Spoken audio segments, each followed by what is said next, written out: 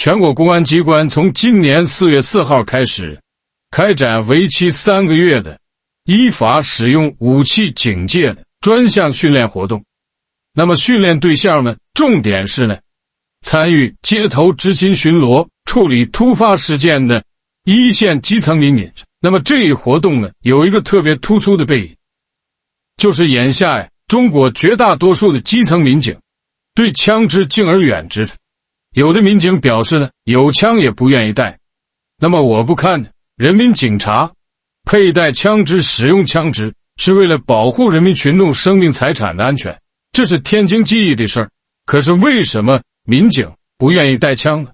在我个人看来呢，这次专项训练活动的出台有一个最直接的导火索，那就是今年3月1号发生在昆明火车站的这次暴力恐怖袭击。那么这个过程呢，可能很多观众朋友已经通过各种新闻报道有所了解。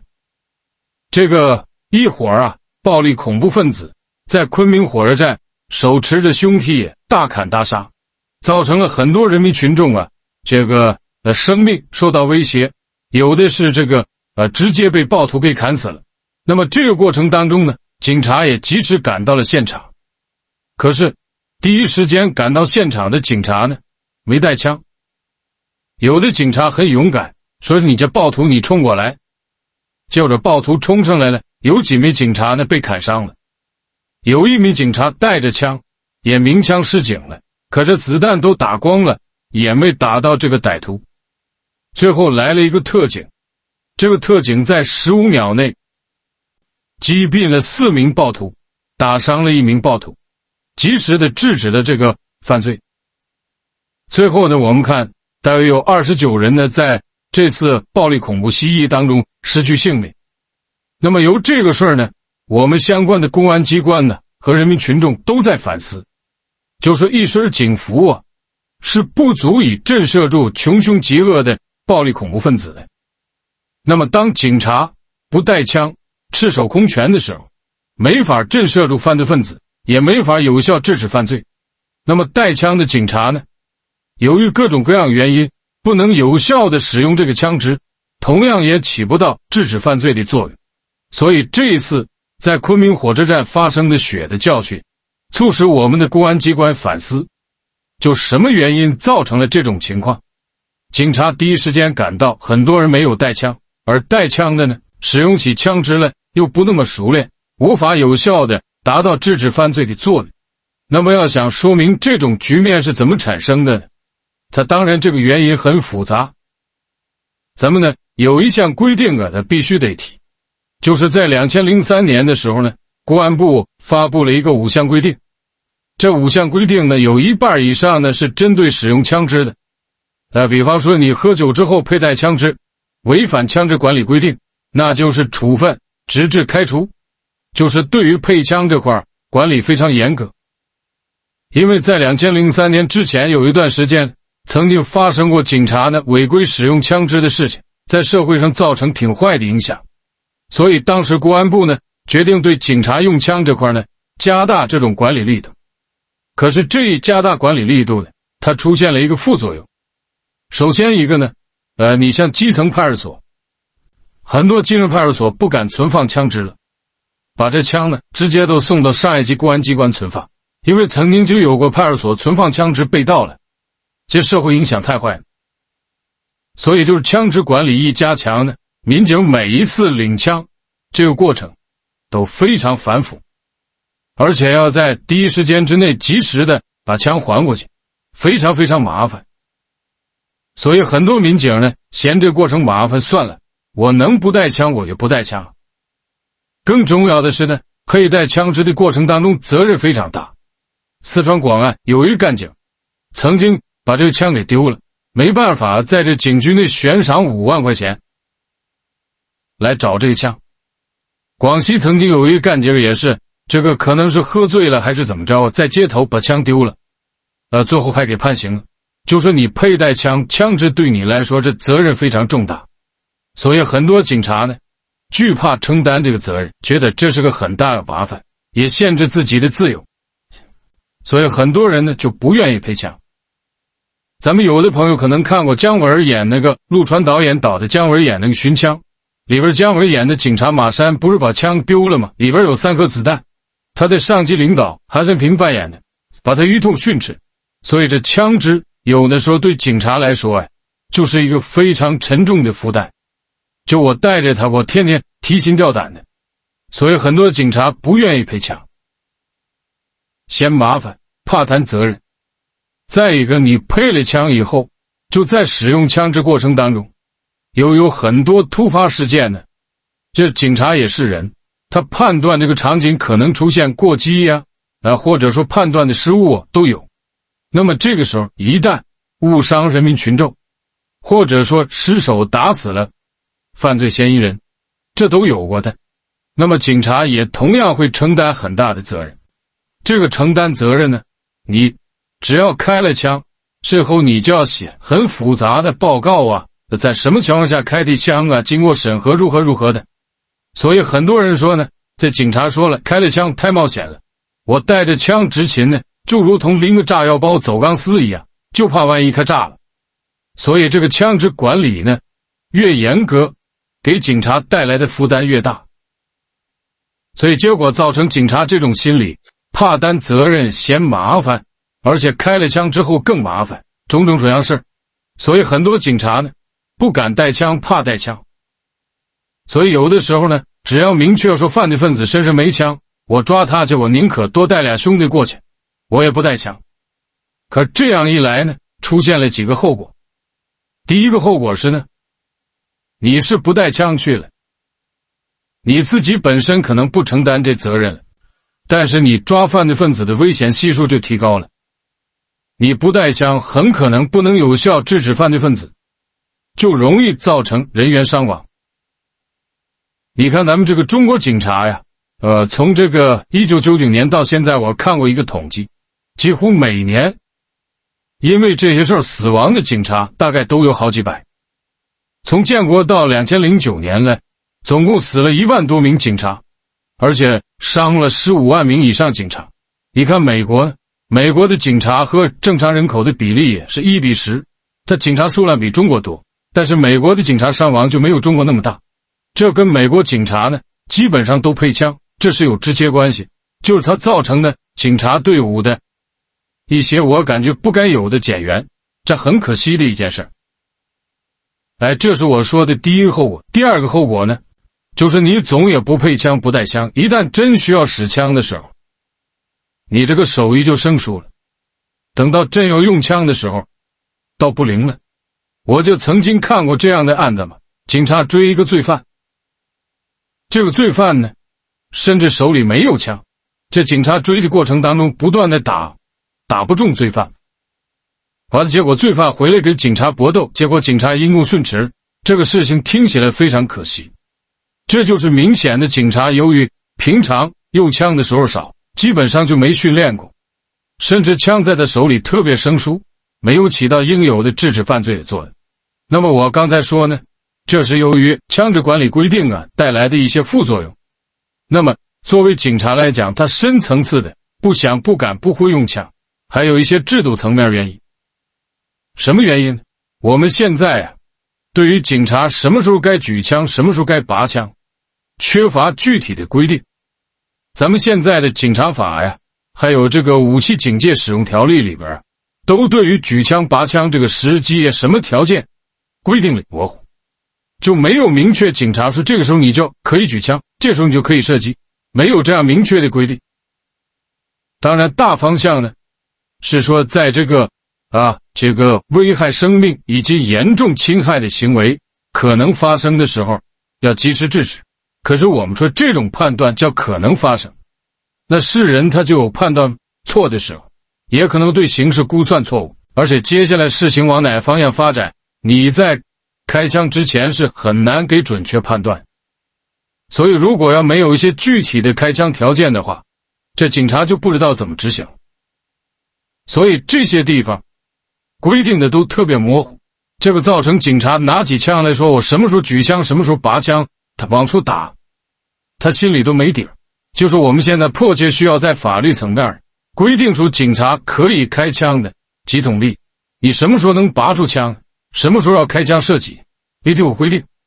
现在这个规定一模糊，完了，很多警察不知道咋办了。所以有的时候警察是能离枪远点就离枪远点，我弄不明白的，这是弄不明白规则。还有一种就弄不明白枪。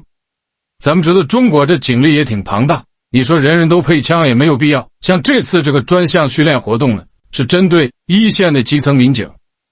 你像你这管内勤的，是像有的治安部门的，他可能他就用不着配枪，或者说配枪呢，训练上也就意思意思。这个也确实是，你看这个巡警和特警，我一般训练是真打实凿，可是对于大多数警察来说呢，每年的训练就不是那么规范，而且有些警察在基层又要抓小偷啊，又要扒户口等等事儿非常复杂。基层民警他工作时间挤占了以后，就没有多少训练时间，这是咱说的公训矛盾。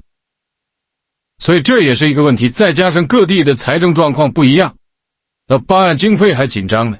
有的地方东部地区富裕点的就多打2发子弹，西部地区可能没那钱，也没有什么靶场可以使用，拉倒吧就不练了。所以各地训练的水平不一，有的干脆就没有训练。所以迫切需要制定一个呢警察的训练标准，你每年得训练次数啊、时间呢、子弹打多少发呀、命中多少，你得把这些归到一块儿，制定一个标准。现在咱没有这标准，所以你说警察用枪，一年当中摸枪的次数太有限，你甚至对武器的状况都不熟悉，所以你说真需要使枪的时候，你怎么能做到及时制止罪犯呢？这肯定是有误差的。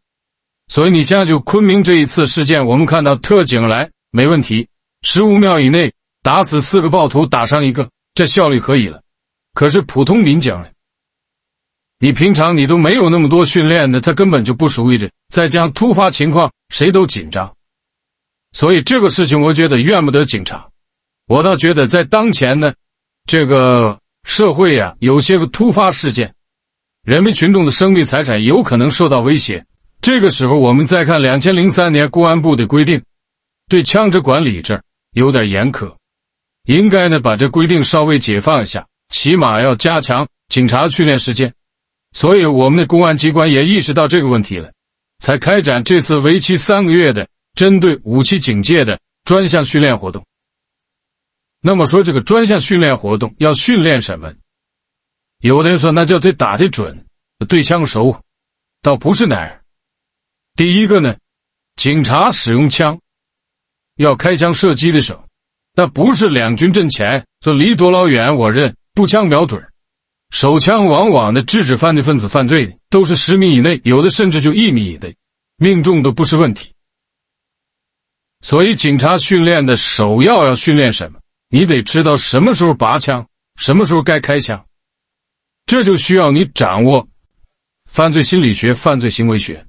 就它绝不仅仅是训练使枪，你还得知道犯罪分子哪些动向可能造成他发动攻击，什么时候你通过震慑管用，什么时候震慑不管用，必须及时出手。所以训练首要是训练使用枪支的心理准备，然后在使用过程当中强调呢，要快速拔枪，要首发命中，一发制敌。就不是说我掏出枪了一枪就把人打死，不是，快速就非常果断的把枪掏出来，射击的时候首发命中，就我第一枪一定得打中你，然后这一下子还能制止住你，让你丧失行动能力。所以你看咱们有的时候看有的警匪片里边，警察开枪，往往犯罪分子拿枪刚要打，啪一枪打他手上了，这一下子枪打掉地上，他没有继续侵害的能力了。所以我觉得这个过程这是非常必要的，不是说我就说拔枪我也不一定开枪，开枪我也不一定非打死人。所以这次专项训练活动呢，应该是针对这一系列。而且这方面的训练科目呢，它其实就是美国警察经常训练的科目。美国警察是没有这个鸣枪警告的，口头警告之后就可以开枪。而且美国警察重点训练就我刚才说的果断拔枪，首发必中，一发制敌，这几个环节。我认为这个是在实践活动当中极具操作性的，而且即使有失误呢，可以把失误呢缩到最小的范围。所以我觉得现在呢，我们的训练呢，在一定程度来讲，可以参照美国对警察枪支使用方面的话说回来，就是造成我们现在基层民警执勤过程当中出现这些问题，不光是我们的规定，不光是警察训练不足的问题，还有一个我们的人民群众对枪支的认识是有问题的。他和我们国家呀，这民间是禁止枪支，老百姓对枪支的认知严重不足。他和美国不一样，美国是私人准许持有枪支，老百姓对枪支很熟，也知道开枪之后后果是什么，他有这种反应。你看美国警察呢，咱们常看美国的片子里，经常警察是不许动，否则开枪，就是这么一句，你要动的话他真就开枪。为什么？而且美国人在警察说出这句话的时候，甭管他是不是犯罪，他第一反应是举起手来或者蹲到地上抱头，因为他知道你不这样来，警察接着开枪，后果是很严重的。你先服从警察，然后你有冤报冤，有啥无所谓，这是你在洗刷你的啊，这不是我干的怎么的。所以你看，就美国那个片子里边，比方说这个车开过来，警车拦住你了，要检查你，一定把车窗放下来，把手放到方向盘上。要如果在外边呢，警察说举手别动，一定把手举起来，规规矩矩的，你不能出现有任何说我翻兜我把手往旁边，警察会认为你这时候在掏武器，所以他这阵就要开枪。这是美国警察和美国公民的常识。你像车停那儿了，他拦住你检查，你可不能随便轻易开车门下车。这边警察是检查你，他的同伙伴站在旁边，一看你要下车，以为你要袭击警察，可能就要开枪。所以这种配合是世界所有警察必须要演练。那么你作为被检查者，我要不了解这些东西，对枪支认知不足，很可能你没有要袭警的意思，你结果贸然做出其他举动来，带来了非常严重的后果。所以我说这里头呢，还有这个人民群众啊对枪支的一个正确认知的问题。所以我觉得现在呢，要解决我们目前这个基层警力在处理突发事件能力不足的问题。你看我有的时候在街上经常看到说有警察巡逻，我一看没配枪，我心里都一激了，我说这要有点突发事件，警察能保护我吗？所以眼下是必须要解决这个现状，很可能有一些你意想不到的暴力袭击。如果警察不具备这个配枪的正确使用能力，那就无法保证人民群众生命财产的安全。所以我说现在要解决的，警察加强训练，在法律条文上要对警察举枪拔枪的条件有明晰的规定，在训练过程当中要借鉴像美国这样警务发达的国家一些先进经验。同时我们人民群众呢，也要正确的理解警察拔枪是什么含义，要配合人民警察的这个执行公务的活动。所以我说只有这些都做到了，也就是我们这次专项活动训练目的，叫依法规范有效的使用武器警戒，制止犯罪，震慑犯罪。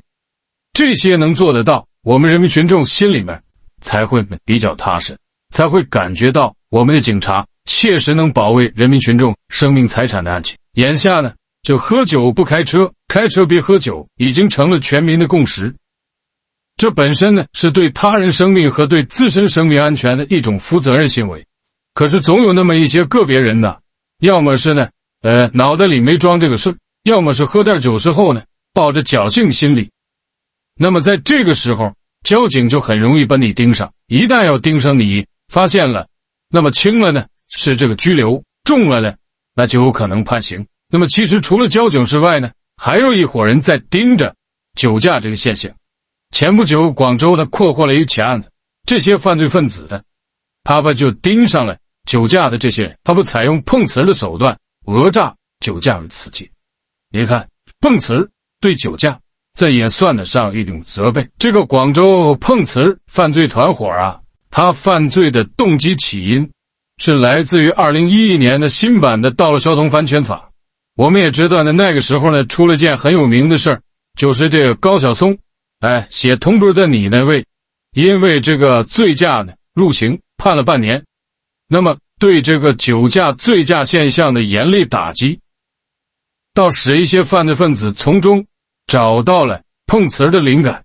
广州这伙犯罪分子呢，他专门干什么事儿呢？他主要是由3个人来干这个事儿。其中一个人呢，专门到这个各个酒楼啊、大排档啊，到那转悠判什么呢？哪个桌上啤酒瓶子多啊？哪个桌这里喝酒的人站着喝的都有点晃了晃荡了。然后等这个酒局散了之后，这个人出来，一看是一个人上地开车，别跑啊，这就酒驾呀，盯你挺长时间了。然后由第2个人来干这个事儿。这人干嘛呢？开着车上来了，专门呢跟你制造剐蹭啊、追尾啊这样的事故。然后第3个人呢，在出现事故之后上来谈价的，你说怎么办吧？你把我们这车弄的。那有人说这个他故意碰瓷儿，这能饶他吗？咱报警不就完了？可不敢报警，为啥？警察来了一看你是酒驾，你不敢，就说白了手里有短在这手里攥着呢。所以只能求息事宁人，大事化小，小事化了。这样犯罪分子讹诈你的目的就得逞了。那你拿钱吧，你看我们车这样，修理费赔我们其他钱，那你不行咱就报警。你一听报警你害怕了，赶紧乖乖给人掏钱。所以一个人呢负责呢发现可讹诈的对象、可碰瓷的对象，第2个人呢负责呢整来车进行肇事，第3个人呢负责谈价。这3个人分工明确，一环扣一环，干的都很专业。所以他们在广州呢用这种方式啊讹诈了不少钱财。当然我说像这种盯着酒驾进行碰瓷的犯罪现象呢，其实在2011年的时候就有，但是这几年呢它好像增多了，全国各个地方呢好像都有这种情况。那么我们一提到碰瓷的，很多人都知道这就是指讹诈。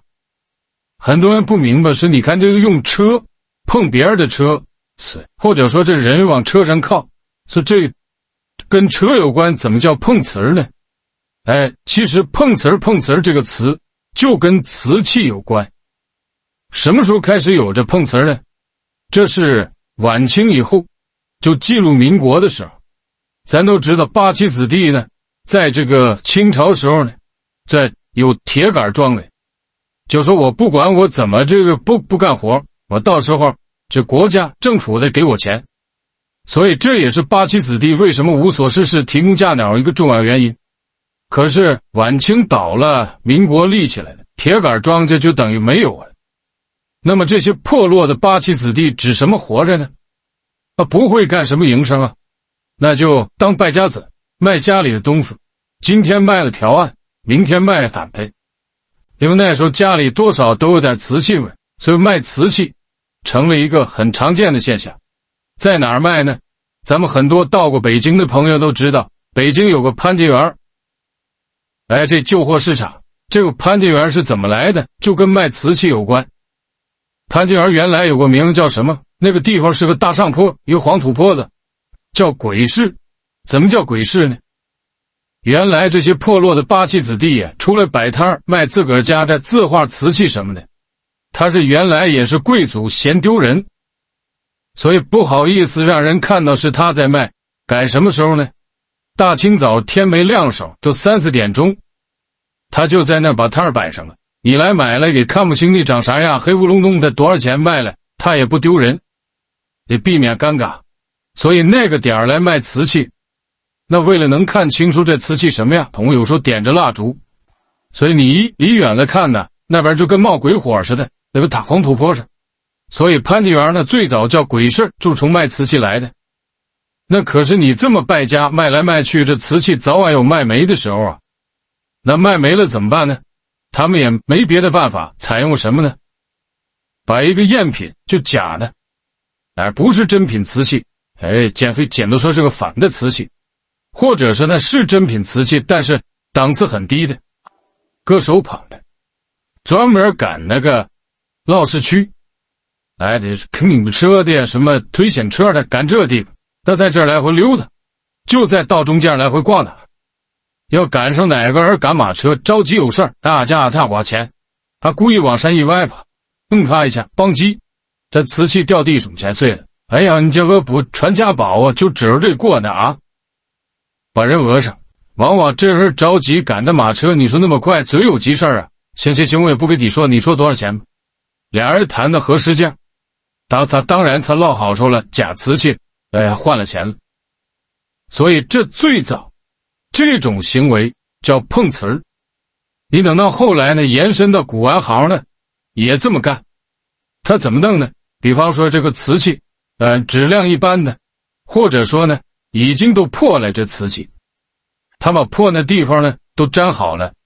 然后放在呢摆摊儿靠近道路边上这块，我们看过很多卖这个古玩卖瓷器的地方，它道路很窄，两边都有小摊儿，他故意往外头放，这人乌泱的一挤，有可能就碰到他这摊儿了。然后这个时候呢，他或者故意或者什么，啪，你只要一粘上，他把这瓷器一推，啪掉地上。对了，你赔吧，您给碰的。这我们这就指这开张的怎么的？他在你身上讹钱。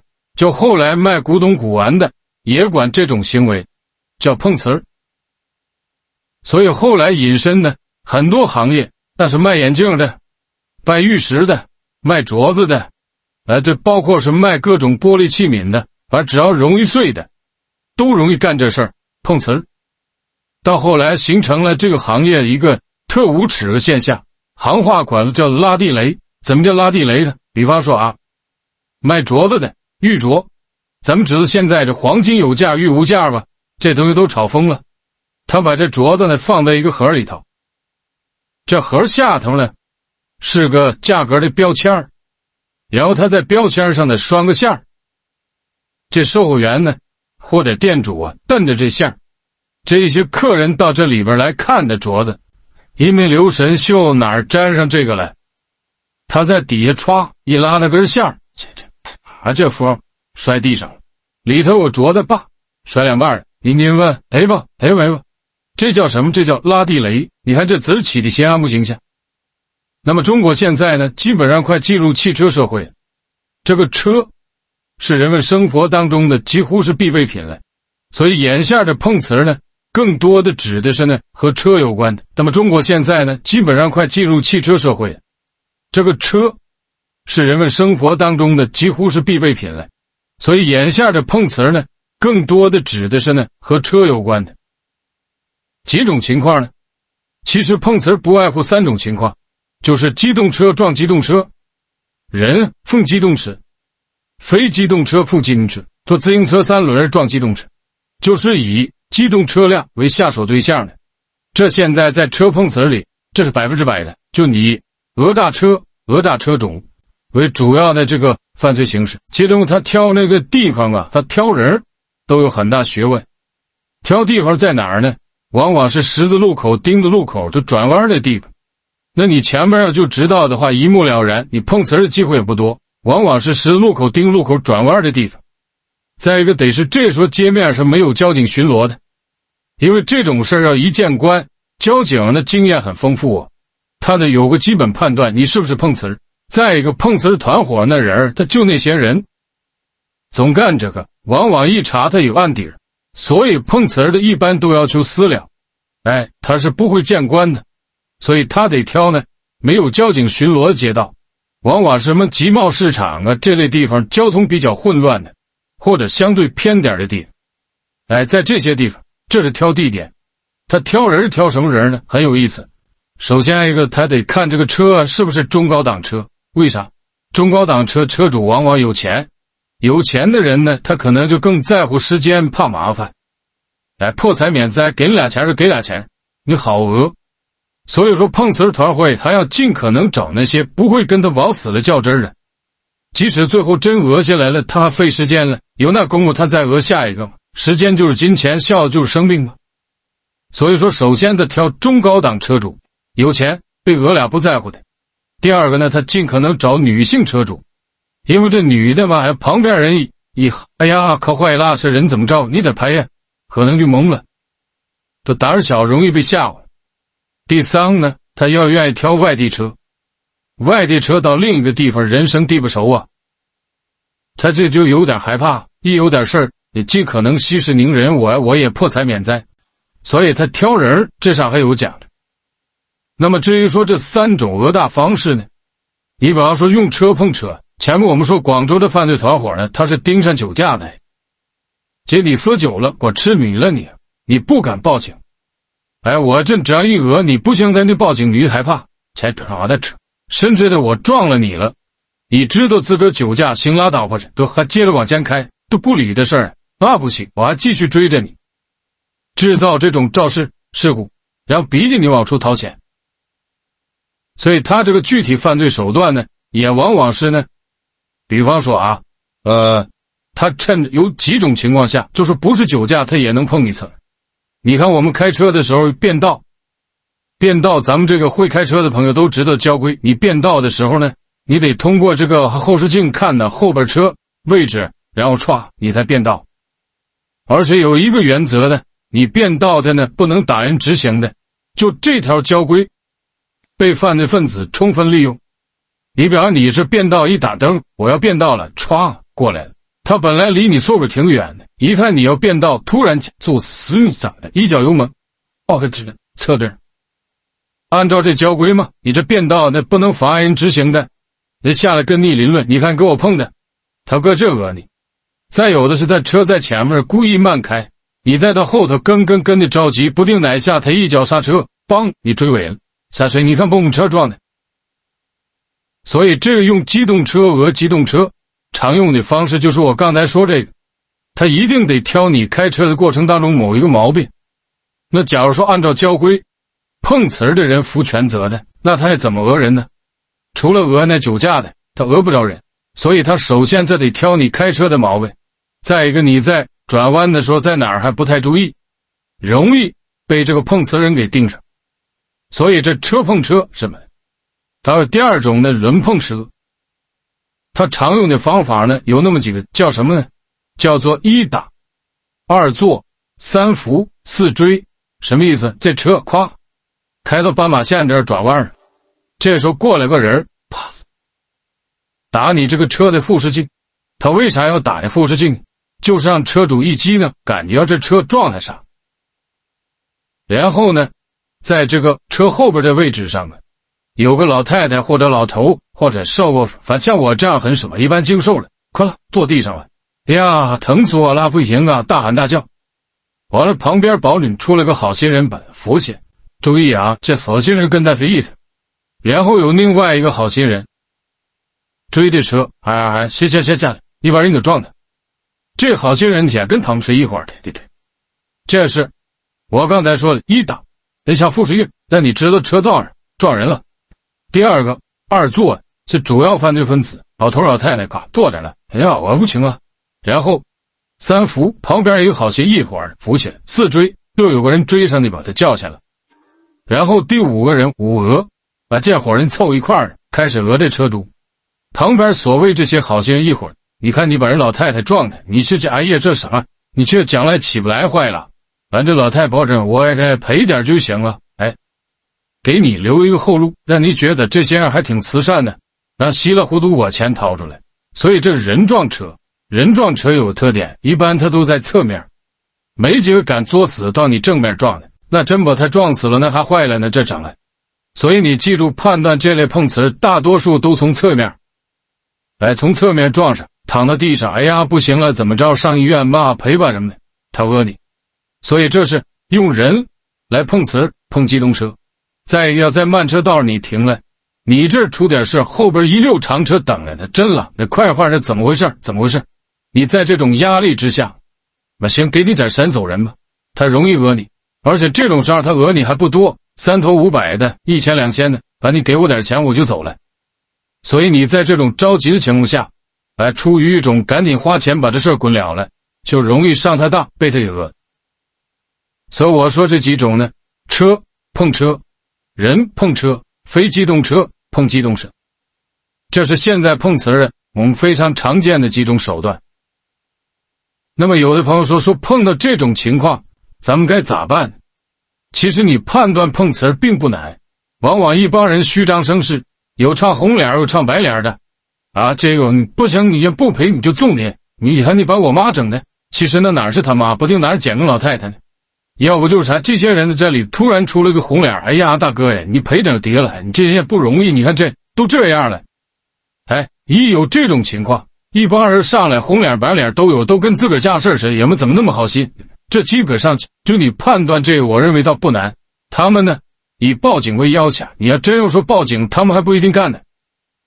所以这种情况你一判断，基本就碰瓷儿。那咱们碰到这种情况，其实该怎么预防呢？遇到这种情况，你记住，一般碰瓷儿的人他都有案底。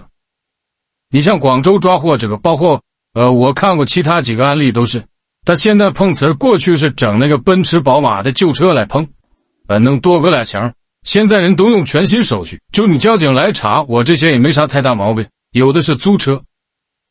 可是这些的车没毛病，人往往有毛病，往往一看他驾驶证，你再查他交管局，他往往有多次这种肇事记录，就或者是他撞人，或者他被人撞，有多次这种记录。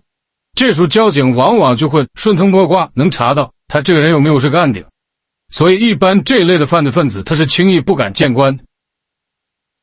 所以就说你遇到这种情况，坚决报警，这样碰瓷的人就不会得逞。那有人说我可不敢报警，我这开车违章了，或者我酒驾就报警我被抓起来了，那没办法，苍蝇不叮无缝蛋，你自个儿身上不干净，你怨不了别人。所以这个呢，最好的预防方式，第一，大家开车规矩点，不要轻易违章，被碰瓷这些人给抓住机会。另外一个，开车的时候注意力一定要集中，尤其是转弯的时候，一定前后左右看得清清楚楚。当然这里有个保险手段，如果你要有一定经济条件的话，最好安个车载摄像头，这样车这发生的一些情况能够清清楚楚的，最后真就报警见官，你底气十足，咱们没犯毛病就是没犯毛。所以我说打铁还得本身硬，苍蝇不叮无缝蛋。杜绝碰瓷儿这种恶劣的犯罪现象，最好的办法是咱们每个车主都规规矩矩开车，而且上道的时候精力一定要集中，这样的话你就不怕这些碰瓷儿犯罪团伙对你的这种无耻讹诈。